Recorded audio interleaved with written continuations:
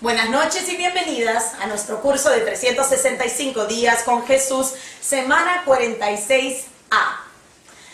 Empezamos con este versículo que habla muchísimo de lo que está pasando en nuestra lectura, y es Lucas 9:51, cuando Jesucristo dice: cuando se cumplió el tiempo en que Él había de ser recibido arriba, afirmó su rostro para ir a Jerusalén.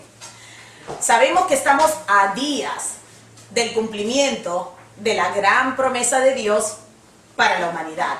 El Salvador ha estado en la escena por 30 años y está a punto de atar cientos de claves para confirmar que Él es el cumplimiento del 3:15, el ungido, el Mesías, el Cristo de Dios, el Cordero de Dios que quita el pecado del mundo. Veamos paso a paso los últimos acontecimientos que llevaron al momento más importante de toda la historia de la humanidad, empezando con el Domingo de Ramos. No es coincidencia que Jesús está preparando la escena para hacer el sacrificio perfecto que se dará exactamente el día de la Pascua. La Pascua había sido una sombra conmemorada desde el Éxodo, cuando Dios liberó a su pueblo de la esclavitud que tenía en Egipto, que Egipto es la sombra, una sombra del mundo.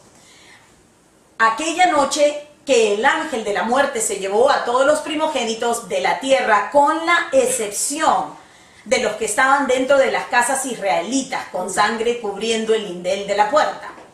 Esto apuntaba hacia lo que está a punto de suceder en la cruz más de 3000 años después. Este es el gran cumplimiento del plan de salvación para el género humano.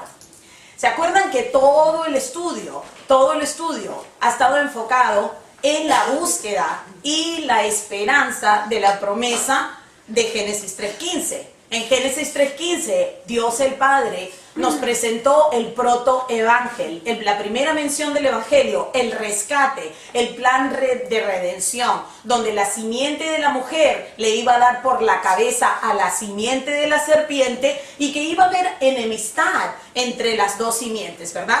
Esto lo hemos visto por toda la historia. Hemos pasado y hemos recorrido cómo Dios sacó un pueblo de solo un hombre, que es Abraham, cómo Él creó este pueblo con la promesa de su hijo Isaac. De Isaac se pasó a los mellizos, de los mellizos vinieron los 12, de los 12 el pueblo se fue a Egipto mediante José. Después pasaron los 400 años que Dios le había dicho a Abraham que el pueblo iba a estar en esclavitud, y levantó a Moisés, posicionando cada persona perfectamente en la historia para él traer a esta persona que vemos que es Jesucristo. Entonces, habiendo visto toda esa historia, estamos ahorita a días. No es casualidad que Dios nos ponga inclusive casi con la Semana Santa física de aquí de la tierra. Yo digo, Señor, pero qué barbaridad, qué detallista es nuestro Dios. Entonces, aquí tenemos al Cordero de Dios. Acuérdense la Pascua, Jesucristo va a ser sacrificado en la física, no física Pascua. Pero acuérdense que cuando pasamos por el tiempo de la Pascua, hablamos de que esto era una sombra a futuro, era como un pequeño réclame de lo que Dios iba a hacer. Que ahora vamos a ver un éxodo no físico, no solamente de los israelitas saliendo de Egipto físico hacia el desierto, pero en Jesucristo va a haber un éxodo espiritual, porque Él está dando la libertad espiritual, ¿se acuerdan? Que es nuestra salvación. Entonces, todo eran sombras, todo eran prototipos de lo mismo que es Jesucristo, ¿verdad? Así de serio es importante, así de serio es que sepamos que esta persona en particular es el Salvador del mundo. Porque no hay un plan B, solo hay un plan A. Entonces, estamos a punto de cruzar eso en nuestra historia. Espero que sea tan emocionante para ustedes como lo es para mí. Entonces, fíjense que primera de Corintios 5:7 dice: limpiaos pues de la vieja levadura, que es la pecaminosidad, para que seáis nueva masa, regenerados, sin levadura como sois, porque nuestra Pascua... ¿Se acuerdan? Porque yo cuando les digo algo, tengo que mostrárselos en la Escritura. Yo no les puedo decir, ay, mira, Gaby dijo que Cristo es la Pascua. Qué raro, yo no conecto esos puntos. Ay, mira, qué raro que Gaby diga eso. Bueno, si yo no tengo sustento bíblico, debería parecerles raros y deberían salir corriendo de aquí. Pero fíjense ahí, dice, sin levadura como sois, porque nuestra Pascua, que es Cristo, ya fue sacrificada por nosotros. Obviamente la carta a los Corintios, post-resurrección, ¿ok? Entonces, habiendo hecho esta pequeña introducción, vámonos a la clave número 1. Entrada triunfal, domingo. Mientras el pueblo anticipaba la entrada triunfal de su rey, Jesús no estaba apresurado por darles lo que ellos esperaban, lo que ellos pensaban que necesitaban. Jesús se aseguró que todo se diera exactamente como estaba escrito acerca de este momento crucial. El pueblo esperaba un rey político que finalmente lo liberara de la tiranía de los romanos. Mas, sin embargo, Jesús continuaba diciéndoles, mi reino no es de este mundo. El reino de Jesús es un reino en el cual Dios gobierna en corazones humanos, no en palacios hechos por manos. Veamos la próxima escena de cada punto de vista de los presentes. Observemos cómo Jesús es el único que tiene la mira en lo celestial, mientras los otros participantes de esta escena tienen sus ojos en asuntos terrenales. El pueblo. Estamos hablando de una escena, ¿ya? Entonces, aquí está como el pueblo lo ve. Lucas 19:37. Cuando llegaban ya cerca de la bajada del Monte de los Olivos, toda la multitud de los discípulos gozándose, comenzó a alabar a Dios a grandes voces por todas las maravillas que habían visto, diciendo, bendito el Rey que viene en el nombre del Señor, paz en el cielo y gloria en las alturas. Los fariseos, por su parte, Lucas 19:39. Entonces algunos de los fariseos de entre la multitud le dijeron, maestro, hablándole a Jesús, reprende a tus discípulos, calla a tus discípulos. Él respondió, os digo que si estos callaran, las piedras clamarían, ¿verdad? O sea, todo tenía que suceder exactamente y solo Jesús estaba tan conectado con su Padre que no se dejaba distraer por todo lo que estaba pasando en un nivel solamente natural.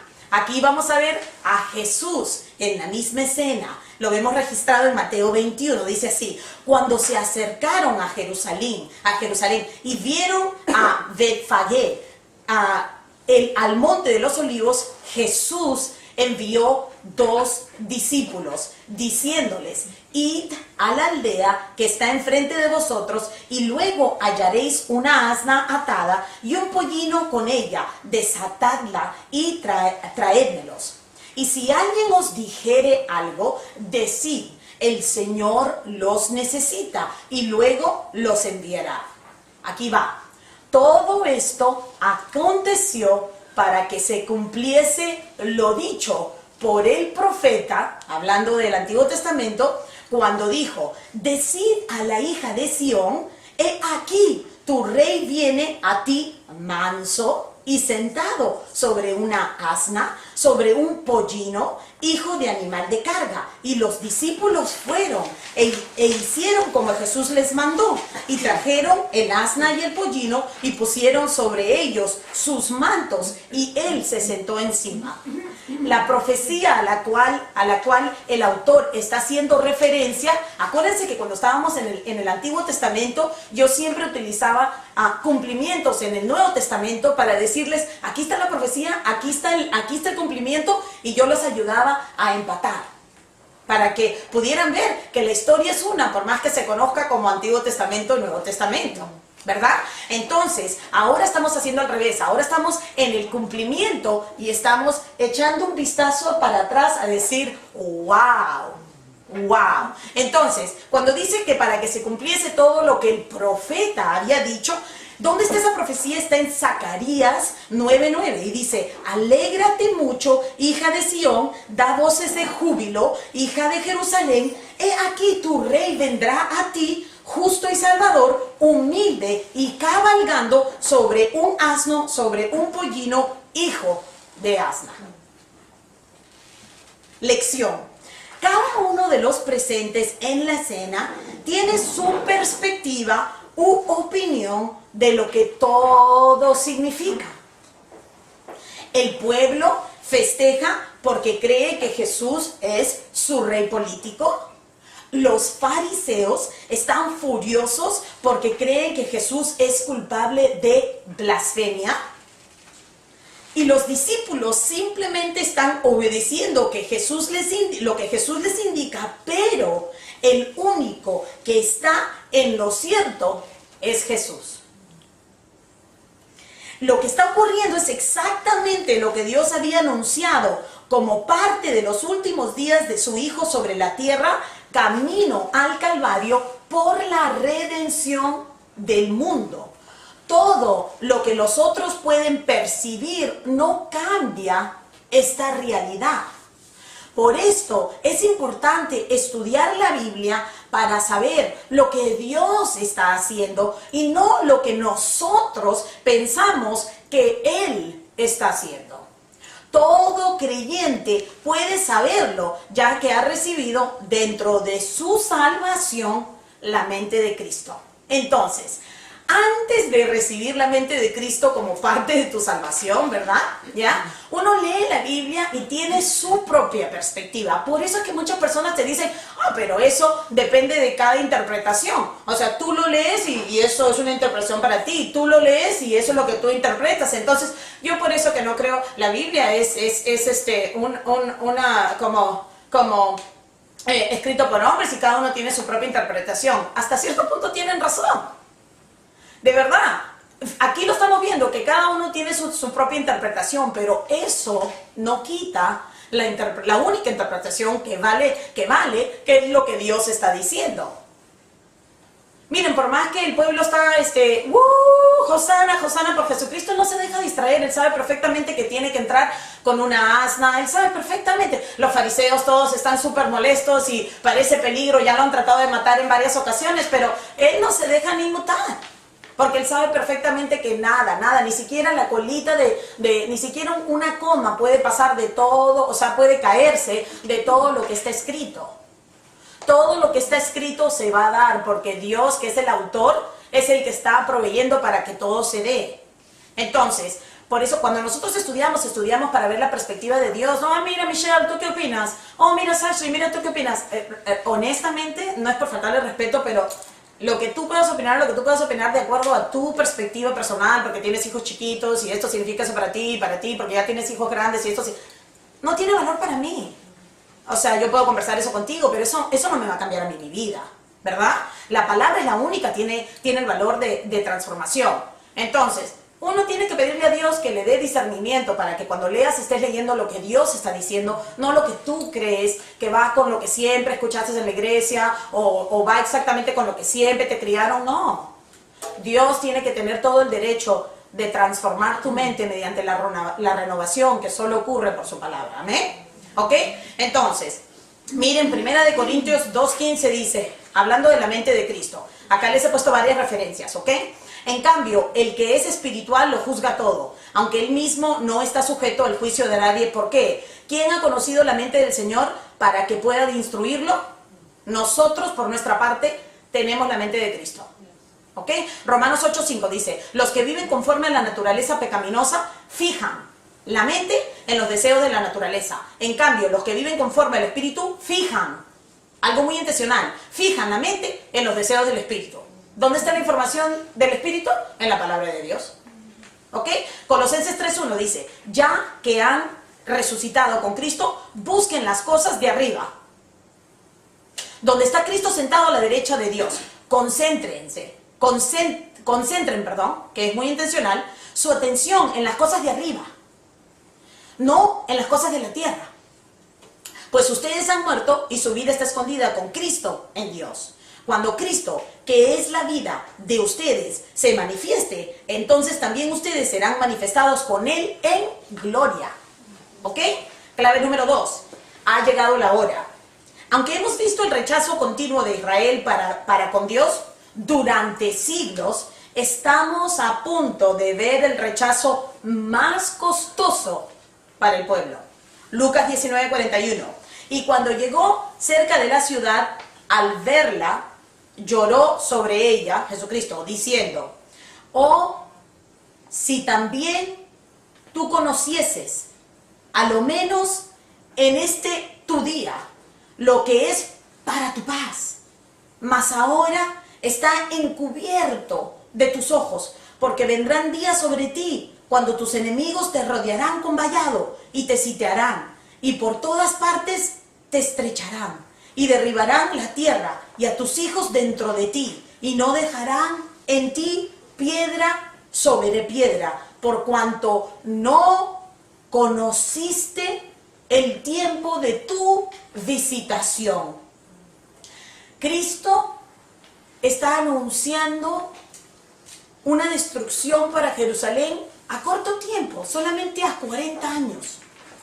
En el 70 AD, que creo que lo menciono más adelante, el emperador Tito mandó destruir toda la ciudad y quemaron todo el templo. El último templo había sido restaurado por Herodes, ¿se acuerdan?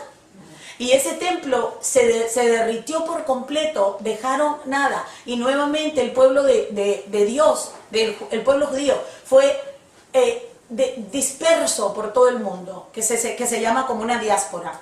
Jesús lloró, no por el rechazo personal, sino por el sufrimiento que le resultará a su pueblo. El pueblo no tiene la mínima idea que verán a Jesús colgado en una cruz en cuestión de días.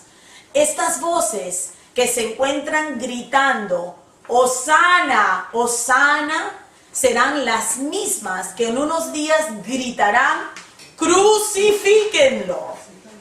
Clave número 3, lunes. La enseñanza de la higuera. Lo que queda registrado del último lunes de la vida de nuestro Señor tiene que ver con su continua lección para los judíos. Utilizando una higuera como ejemplo, les vuelve a recordar que ese es el estado deteriorado de Israel, como hojas sin fruto. Un árbol con hojas, pero sin fruto. Mateo 21:18 dice: muy de mañana, cuando volví a la ciudad, tuve hambre. Al ver una higuera junto al camino, se acercó a ella, pero no encontró nada más que hojas. Nunca más vuelvas a dar fruto, le dijo, y al instante se secó la higuera. Vamos a hablar más adelante acerca de esa lección. Número 2, la limpieza del templo. Ocurrió en este día, este último lunes. A pesar de que Jesús había limpiado el templo hacía 3 años atrás, la raíz del sistema corrupto seguía brotando su fruto de desobediencia.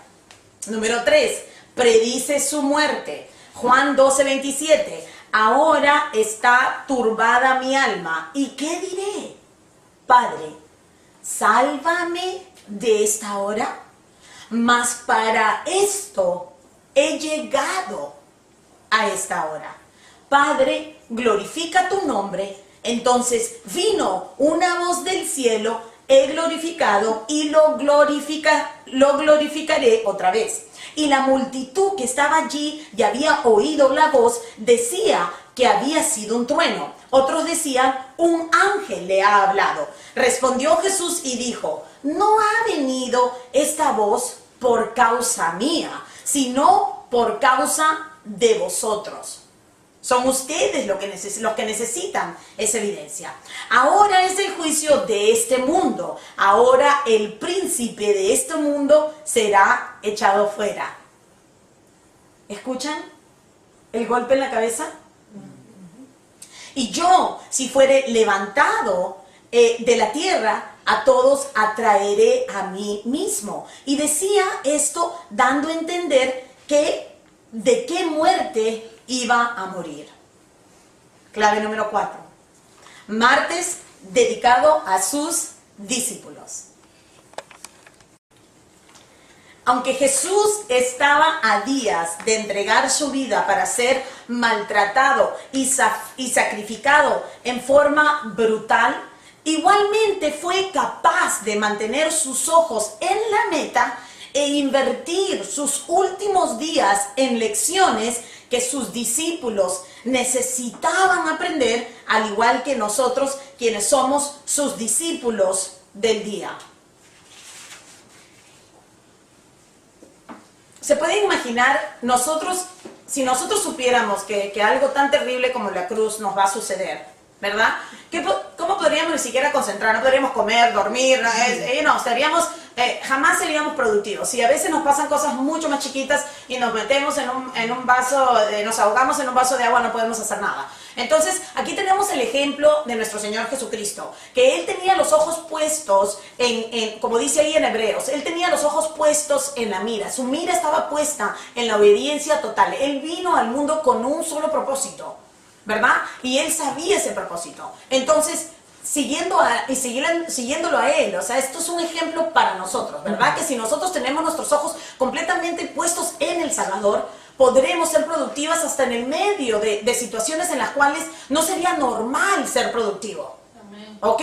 Entonces, la fe, esta es la lección que Él les da acerca de la higuera. Y les voy a decir, esta lección para nosotros ya es una lección bíblica acerca de la fe, porque hay tantas doctrinas acerca de la fe, tanta enseñanza acerca de la fe, como si la fe fuera una varita mágica, o si la fe tuviera un valor que en realidad no tiene, ¿verdad? O sea, la fe solita no vale nada. Es donde pones la fe es que tiene el valor. Si tú tienes la fe puesta en la bolsa, pues, imagínate, si tú tienes tu fe puesta en una persona que en un momento puede estar y en un momento no está, o sea, tu fe en el sitio correcto solo necesita ser del tamaño de una mostaza, de una semillita de la mostaza, si es que está puesta en la persona correcta.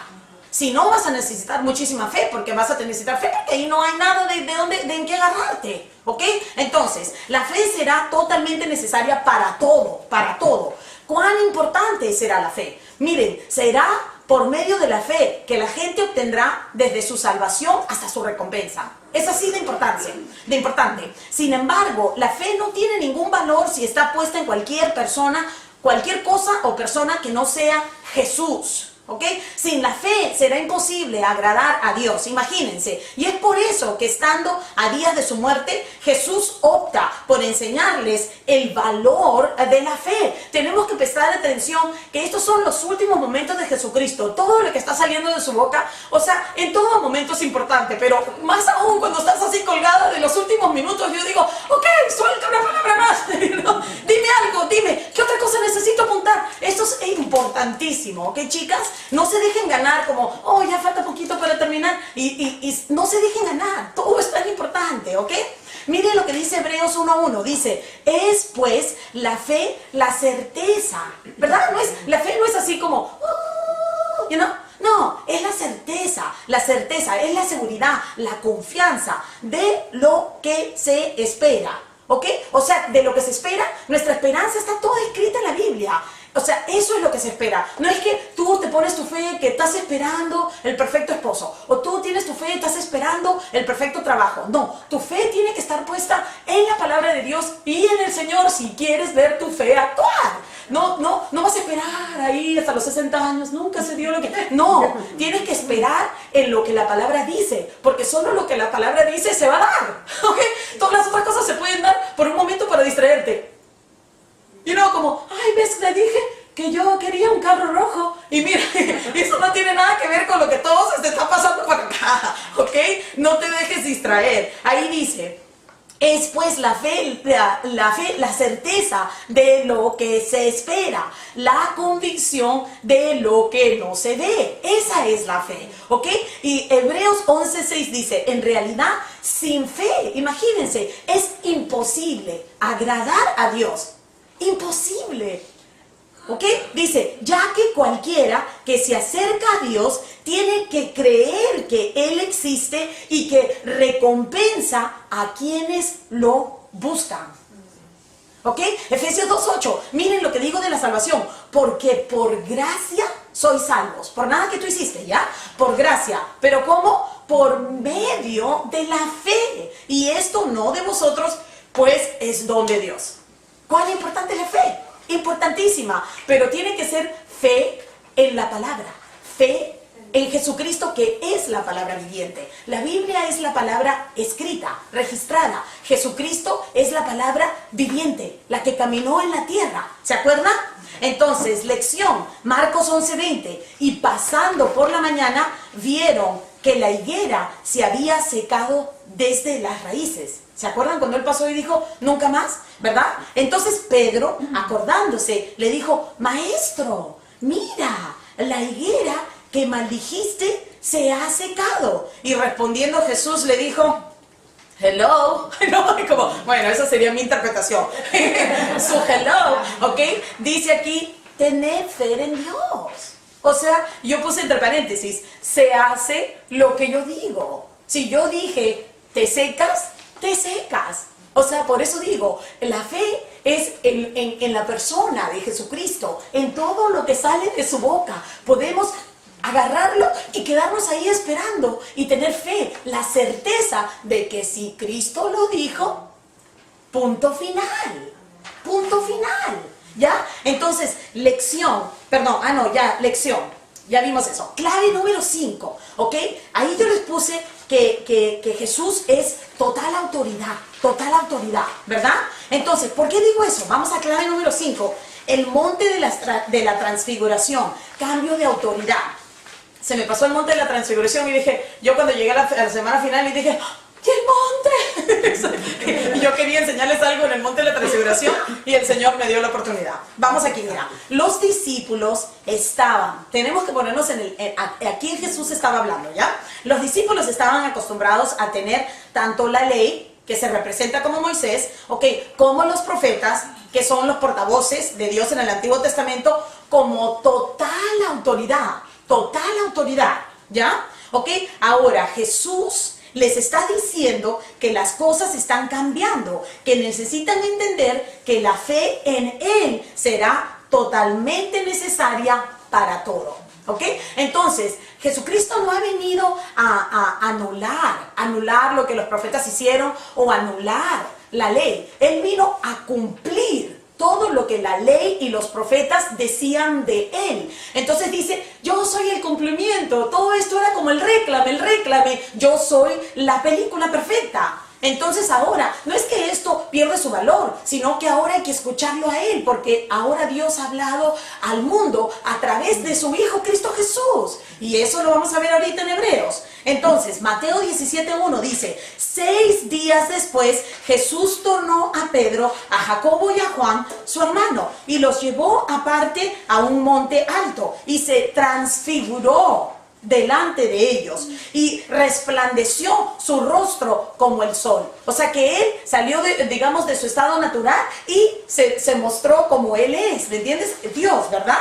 Entonces, y sus vestidos se hicieron blancos como la luz, y aquí les aparecieron Moisés y Elías, que esto también habla acerca de la resurrección, porque ellos no eran, Moisés era Moisés y Elías era Elías, ¿ok? Súper lindo. Entonces, Moisés y Elías hablando con él. Entonces Pedro dijo a Jesús, Señor, bueno es para nosotros que estemos aquí. Si quieres, hagamos aquí 3 enramadas. Una para ti, otra para Moisés y otra para Elías. O sea, todos iguales. Una para ti, o sea, Moisés, como todos iguales. Es como que tú vas a una casa y encuentras Jesucristo, el Dalai Lama, o sea, todos en el mismo nivel, ¿verdad?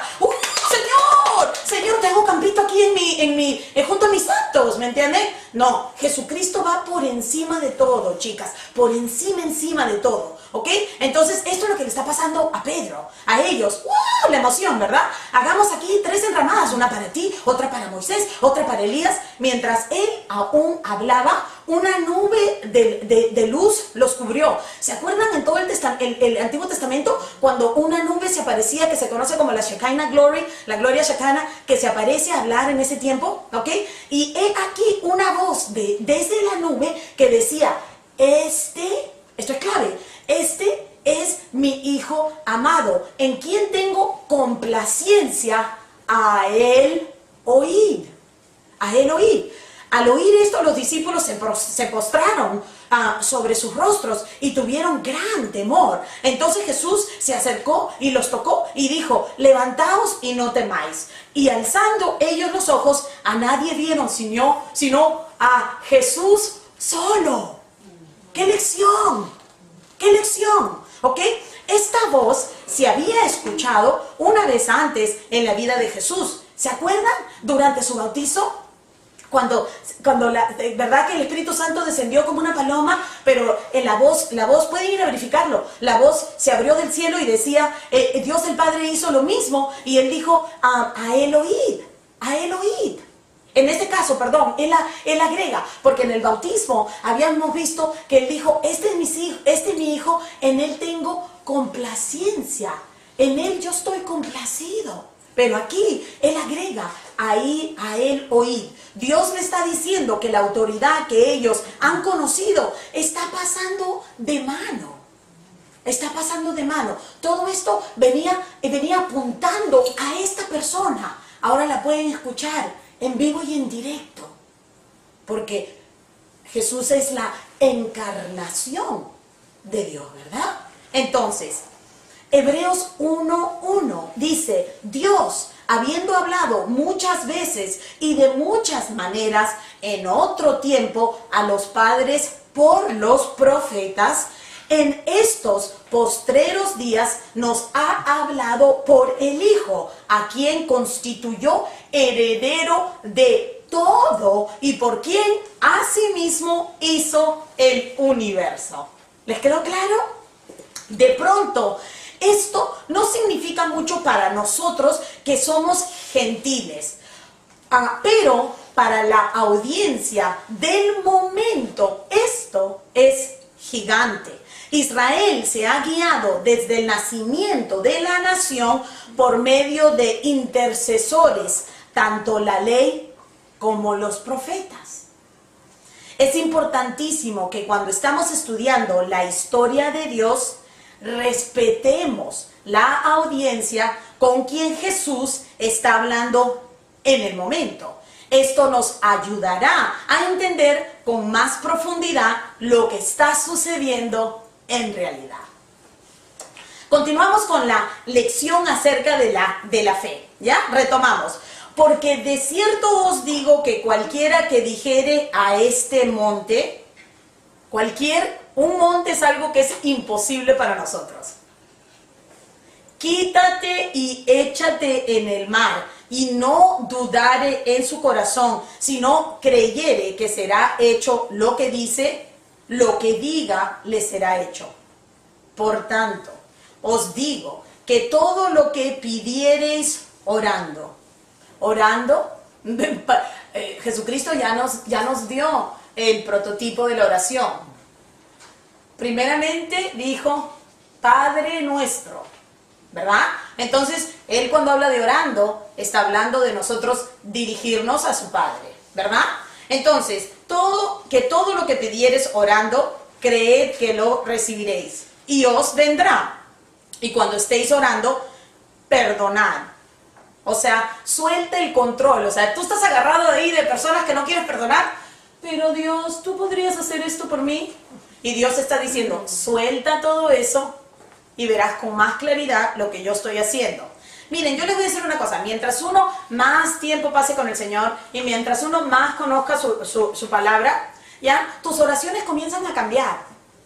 Entonces no es tanto de que tú vas a llegar a encontrar la perfecta postura para torcerle el brazo al Padre. Ah, porque tú dijiste aquí.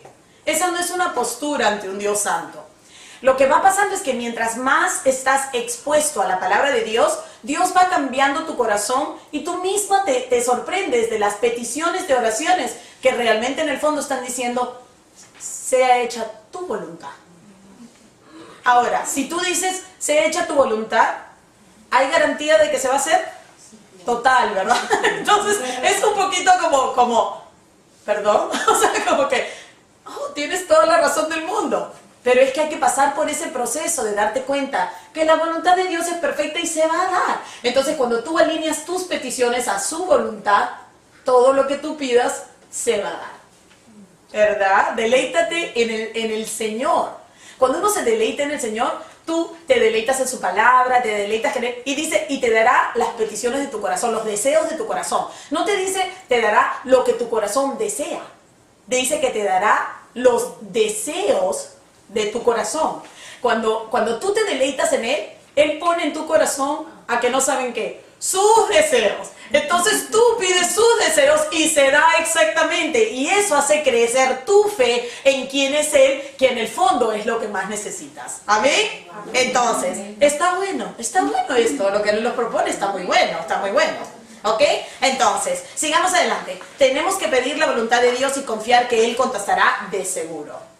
Pero, ¿cómo podemos saber la voluntad de Dios para así pedirla? Bueno, Romanos 12 en 1 dice así: así que, hermanos, os ruego, por las misericordias de Dios, que presentéis vuestros cuerpos en sacrificio vivo, santo y agradable a Dios. ¿Ok?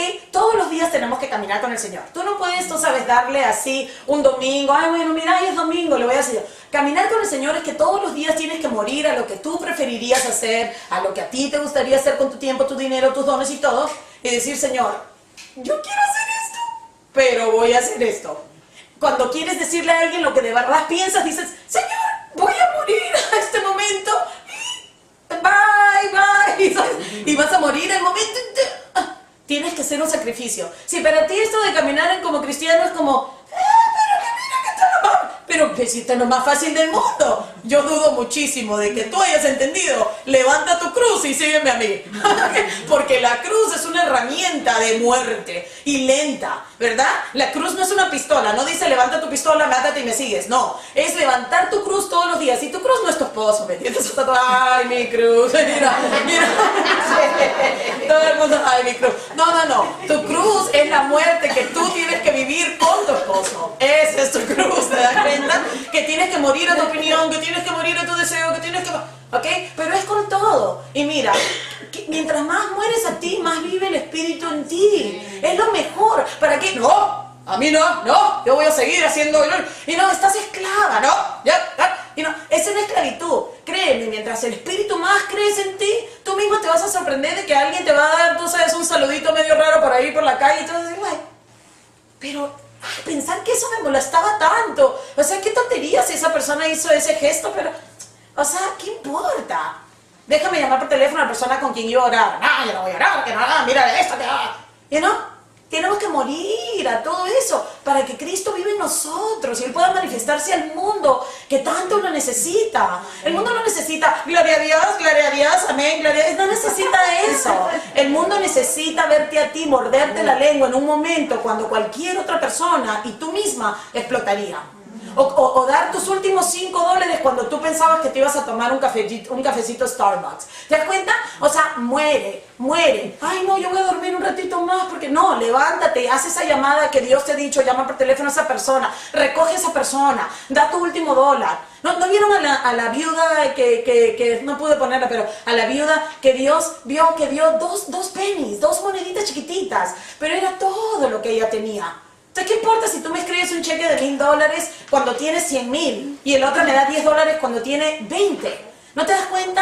O sea, Dios a nadie lo está burlando. Oh, no lo puedo creer. Nadie burla a Dios. Y esa es la única audiencia que debería importarte. ¿Ok? Entonces, vamos. Clave número 6. Martes dedicado a los líderes. En sus últimas visitas al templo, Jesús fue confrontado por los sacerdotes quienes cuestionaban su autoridad con el fin de encontrar la razón para eliminarlo. Con toda sabiduría, esto me fascina, con toda sabiduría, Cristo contestaba sus preguntas con preguntas. que simplemente los dejaban mudos. En un intento de llevar su punto al corazón de los que estaban a días de entregarlo en manos romanos, Jesús comparte varias parábolas que comunican una inmensa realidad. Los líderes religiosos daban honra a Dios de boca para afuera, pero Cristo conocía bien quiénes eran. Parecía mentira que los judíos habían estado esperando a su Mesías por miles de años, y sin embargo, aunque Cristo vino a los suyos, ellos no lo reconocieron. Es más, los líderes estaban a punto de hacer un complot para asesinar a Jesús por medio de manos ajenas, pensando que esto los protegería a ellos de la culpabilidad. Satanás tiene que estar pensando, me salí con las mías. Es fácil decir, wow, qué barbaridad, cuán claro lo tenían, cuán claro, si yo hubiese vivido en el tiempo que Jesús estaba en vida, yo hubiese sido la señorita Fe. Eso es lo que la gente cree. La gente cree que nosotros nos hubiésemos comportado distinto que los discípulos si nosotros hubiésemos estado aquí. Pues bueno, imagínate qué más claro lo tienen que ver. Pero es mentira, porque hoy tenemos el Espíritu Santo viviendo en nosotros y todavía nos comportamos peor que ellos. ¿Ok? Entonces, sigamos adelante. Su reino y su plan son asuntos espirituales. Veamos cuál fue su gran equivocación para tomar medidas y evitar lo mismo. ¿Ok? Queremos aprender qué es lo que hicieron ellos para nosotros evitarlo. No para nosotros sentirnos mejor, sino para evitarlo. ¿Amén? Ok. La parábola de los dos hijos. Esto lo vimos en Mateo 21, 28, 32. Lo voy a resumir. Una de las parábolas que Jesucristo se dirigió a ellos fue en estos dos casos.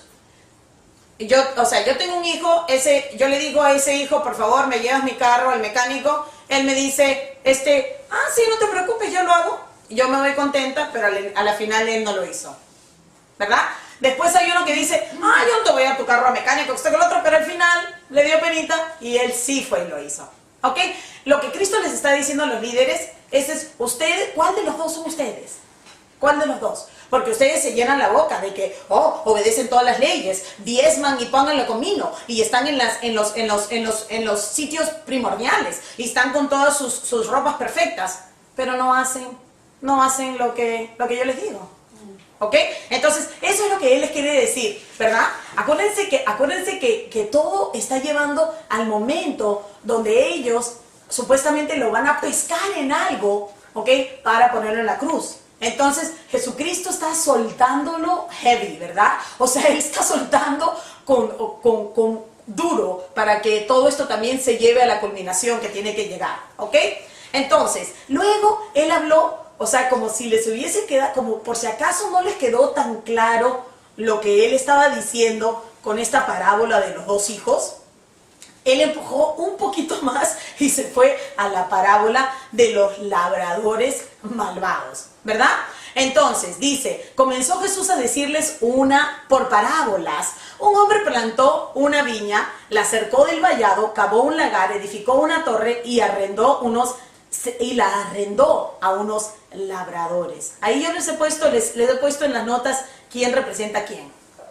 Y se fue lejos. Y a su tiempo envió un siervo a los labradores para que recibiese de estos del fruto de la viña. Mas ellos tomándole le golpearon y le enviaron con las manos vacías. Volvió a enviarles otro siervo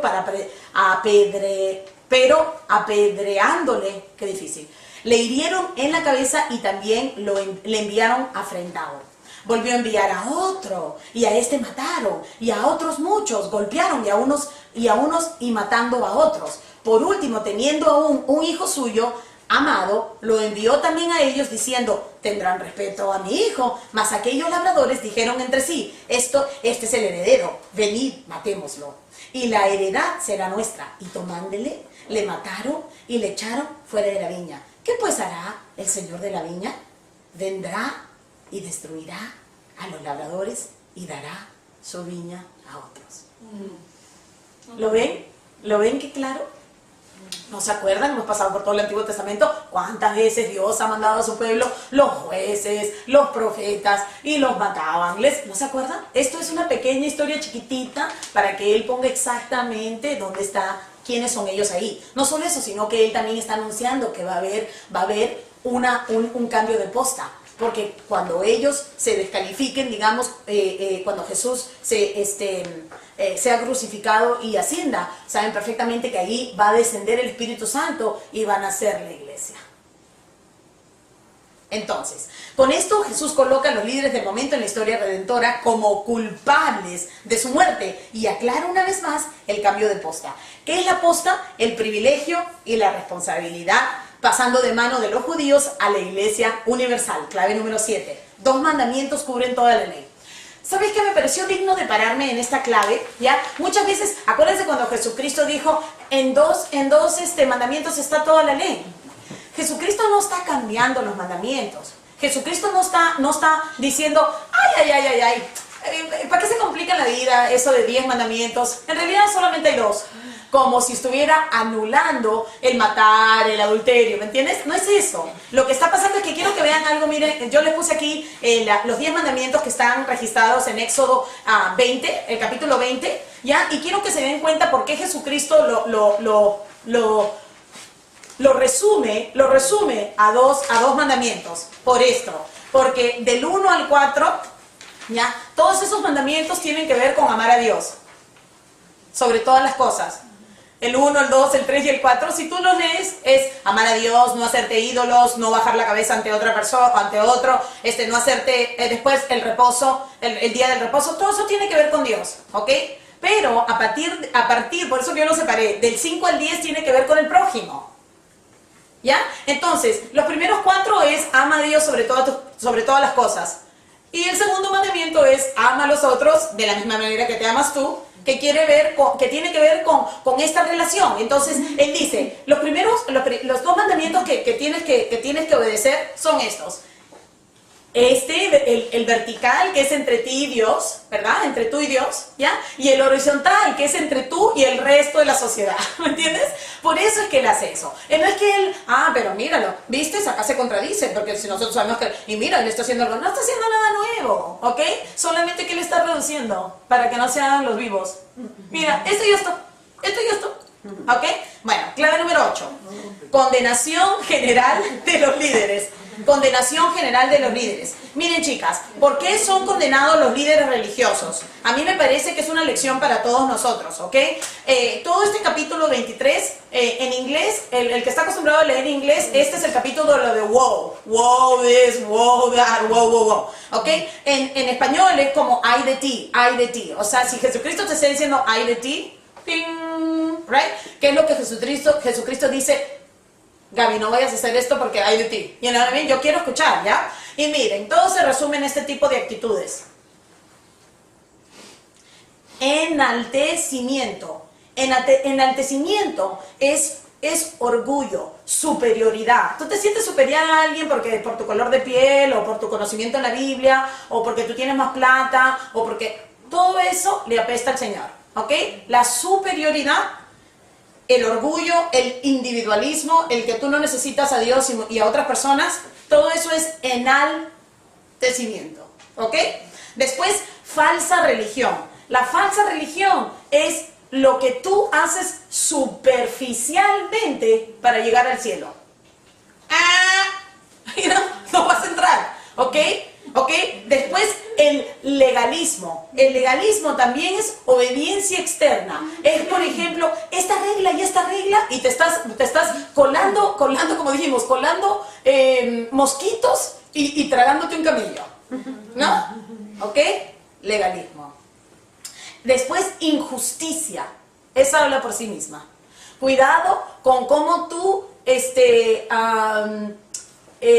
juzgas a alguien cuando te hace algo a ti, pero si tú lo haces al revés, pero eso no tiene nada. Cuidado con la injusticia. A Dios no le gusta la medida largaza para ti y la cortita para otros, ¿ok? Ok. Hipocresía. Que dices una cosa y actúas otra cosa. Sé consistente.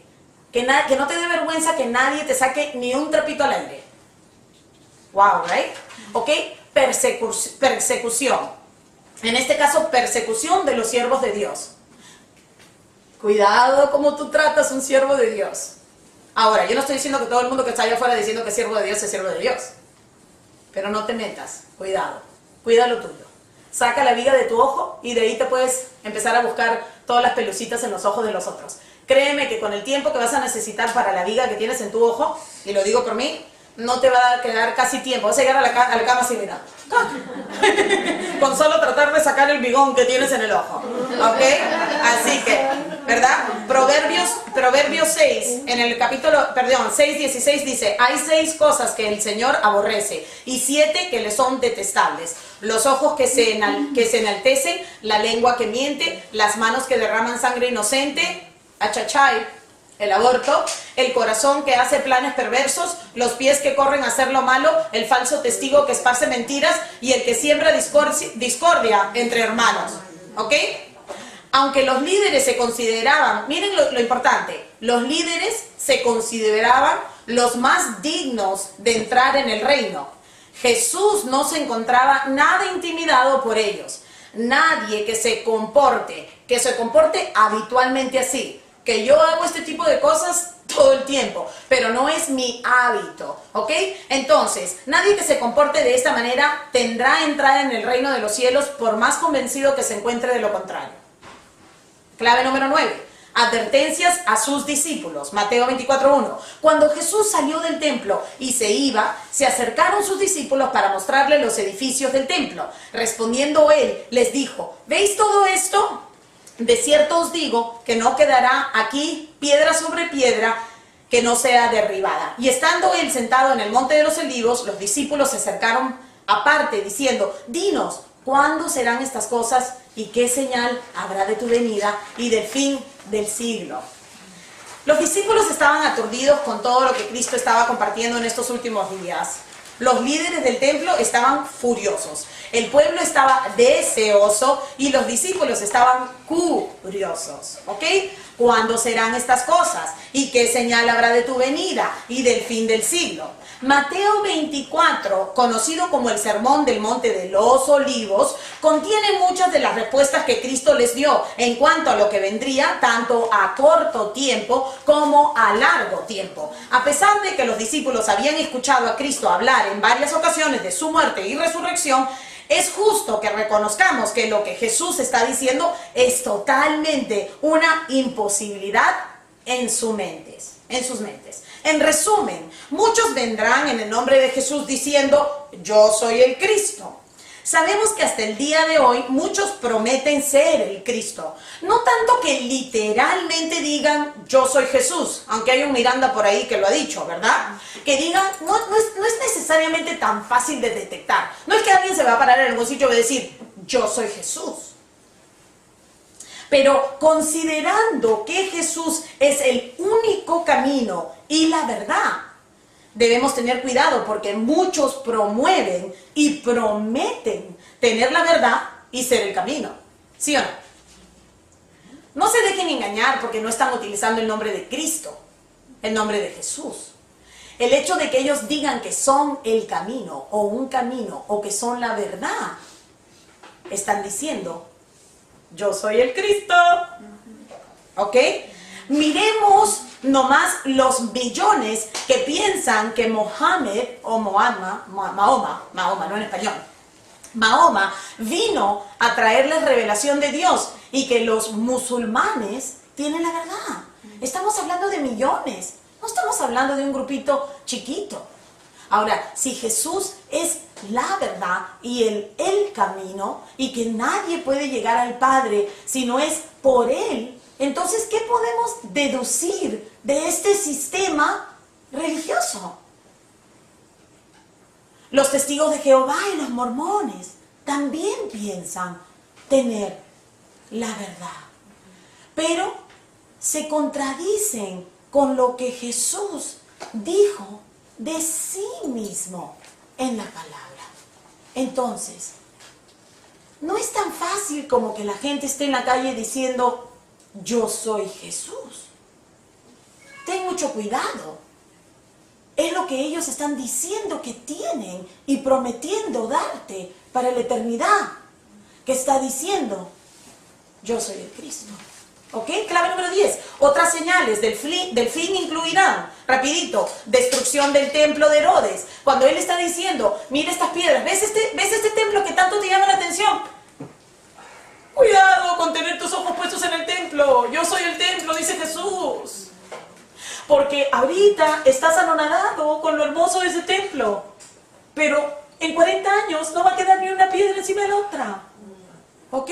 Entonces, la diáspora, ya les dije, la diáspora de los judíos, guerra y rumores de guerras, la frialdad de los hombres, la desobediencia de los hijos, desastres naturales, todo esto irá incrementando a medida de que los años vayan pasando, porque Jesús dijo que estas señales serían recién como dolores de parto. Nadie podía imaginarse lo que estaba a punto de suceder. La muerte en la cruz, la resurrección y el ascenso de Cristo al cielo con un lapsus de 2 siglos antes de segunda venida. Porque nosotros estamos ahorita en eso. Cuando Él está hablando de los últimos tiempos, ellos podían pensar, ok, bueno, morirá, regresará. Y cuando dice que de la misma manera que resucité, así mismo regreso. Por eso que más adelante vamos a ver los discípulos, cuando Él asciende, ¿sabe cómo? Cuidado, no pierdan la mirada, ahorita regresa. Porque así como yo, ¿por qué? Porque ¿tú crees que iban a pensar que se iban a quedar así por 2000 años? Pero han pasado 1000 años, ¿verdad? Entonces sí sabemos que el lapsus de los últimos días, de los últimos tiempos, incluía 2000 años. Porque hoy día estamos en el 2013. Bueno, un poquito menos de 2000. Un poquito menos de 2000, ¿verdad? Ok, entonces, ahí tienen Mateo 25, para que lo lean, porque estamos con el tiempo ya creo que vencido. A ver, déjenme ver.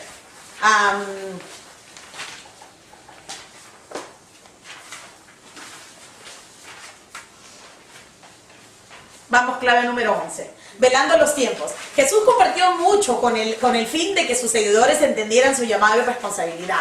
La parábola de los talentos nos deja algo bastante claro, digno de estudiar, ya que obviamente está dirigida a los siervos que estarán en el campo a su regreso. Esto quiere decir que mientras estemos en vida, estos siervos podemos ser nosotros. Esta parábola ilustra la tragedia de la oportunidad desperdiciada. Una de mis favoritas, la parábola de los talentos. Mateo 25:14. Porque el reino de los cielos es como un hombre que yéndose lejos llamó a sus siervos y les entregó sus bienes. A uno dio 5 talentos, a otro 2, a otro 1. A cada uno, aquí va, conforme a su capacidad. No es una competencia, nosotros no estamos en una competencia en el reino, ¿ok? Y luego se fue lejos, y el que había recibido 5 talentos fue y negoció con ellos y ganó otros 5 talentos. O sea que él reprodujo 100%. Asimismo, el que había recibido 2 ganó también otros 2. Pero el que había recibido 1 fue y cavó en la tierra y escondió el dinero de su señor. Después de mucho tiempo vino el señor de aquellos siervos y arregló cuentas con ellos. Por eso digo que estos son siervos que estaban presentes cuando él llegó y arregló cuentas con ellos, ¿ok?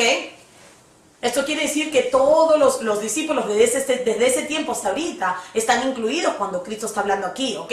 Y llegando, el que había recibido 5 talentos, trajo otros 5 talentos diciendo, Señor, 5 talentos me entregaste, aquí tienes, he ganado otros 5 talentos sobre ellos. Bueno, ya muchos conocemos esta historia. El de 5 reproduce 5 más, es 100%. El de 2 reproduce 2, es el 100%. El que tenía 1 pensaba que no conocía a su amo. Pensaba que su amo iba a querer cosechar donde él iba plantado. ¿Sabes qué? Mira, vamos a hacer una cosa. Y esconde aquí tu talento, porque total, tú cuando vengas, mira, aquí tienes tu talento. Mira, aquí tienes tu talento, ¿verdad? Pero Dios había dado eso para reproducción. ¿Ok? Entonces, lo más importante para Dios, quiero separar esa idea de que por ejemplo, todos los talentos que tengo, ya sea enseñar o cocinar o lo que sea limpiar, todo, que Dios va a estar mirando todos mis talentos, cómo me fue.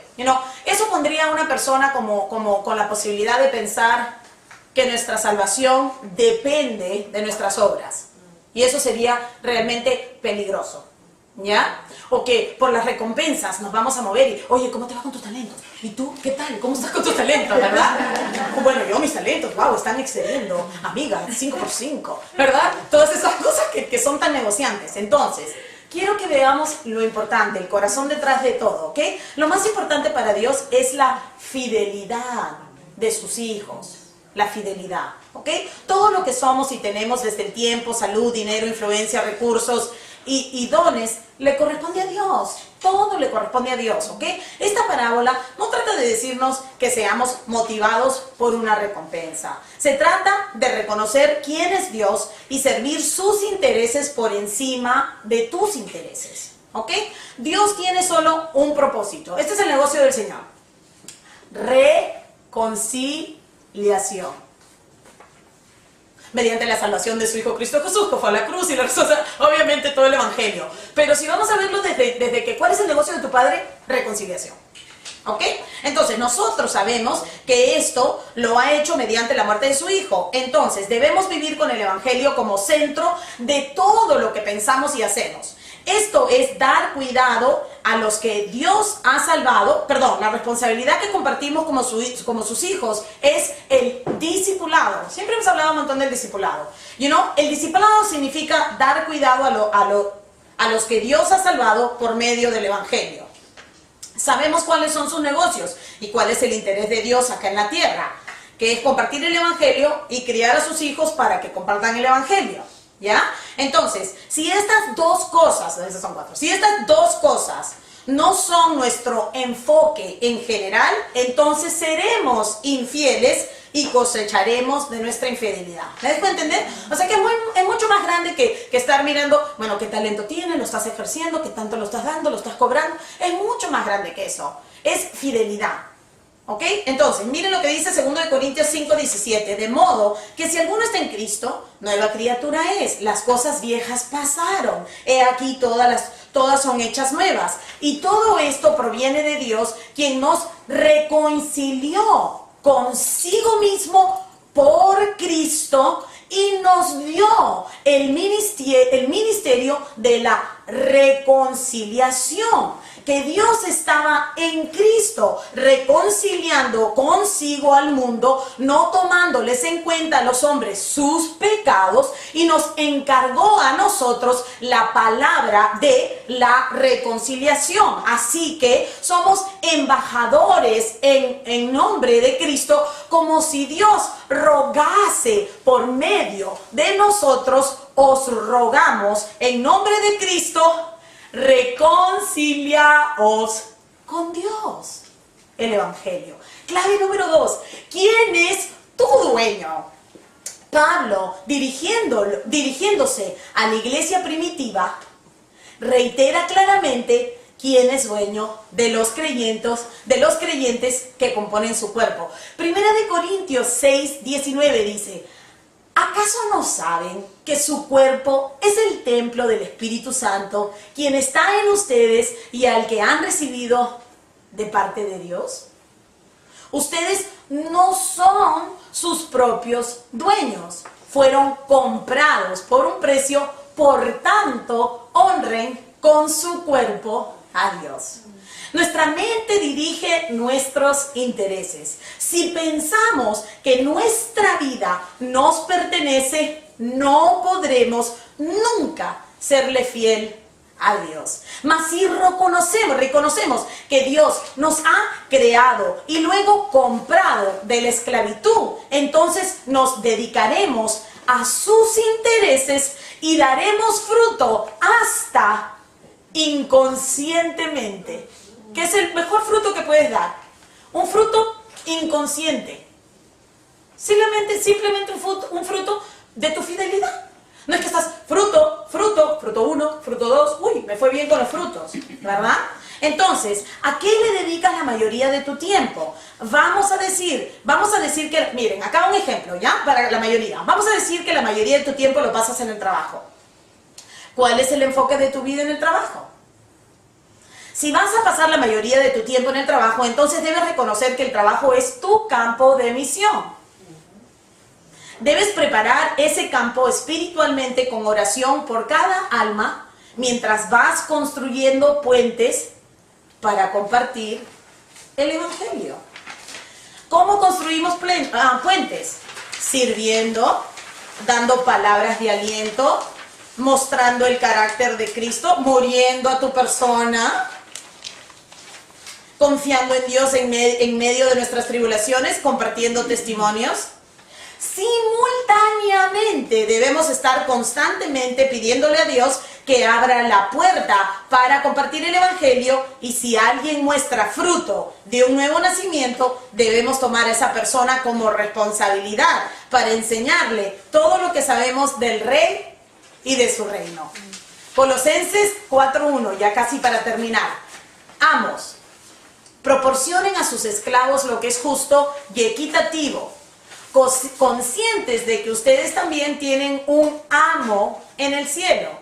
Dedíquense a la oración, perseveren en ella con agradecimiento y al mismo tiempo intercedan por nosotros a fin de que Dios nos abra las puertas para proclamar la palabra, el misterio de Cristo por el cual estoy preso. Oren para que yo lo anuncie con claridad como debo hacerlo. Compórtense sabiamente con los que no creen en Cristo. Este está construyendo los puentes, ¿verdad?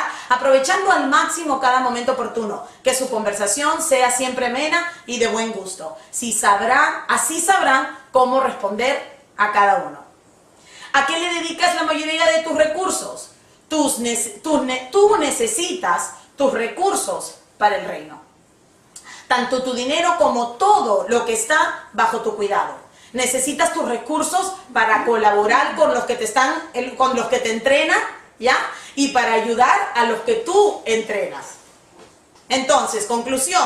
Pronto veremos a Cristo ante dos tribunales que lo encontrarán culpable de muerte. Su cruz será el cumplimiento del rescate de la humanidad y su resurrección, la garantía de la promesa.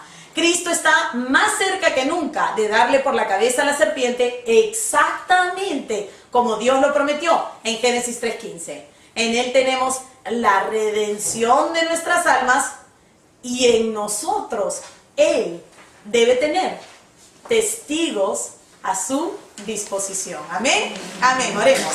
Gracias, Padre, te damos por este tiempo que nos has regalado. Gracias, Señor, por la cantidad de información que podemos cubrir. Ayúdanos a ser diligentes con la información, a verificar las escrituras, a entender cómo no sacar cosas fuera de contexto, a aplicar esto a nuestras vidas, Señor.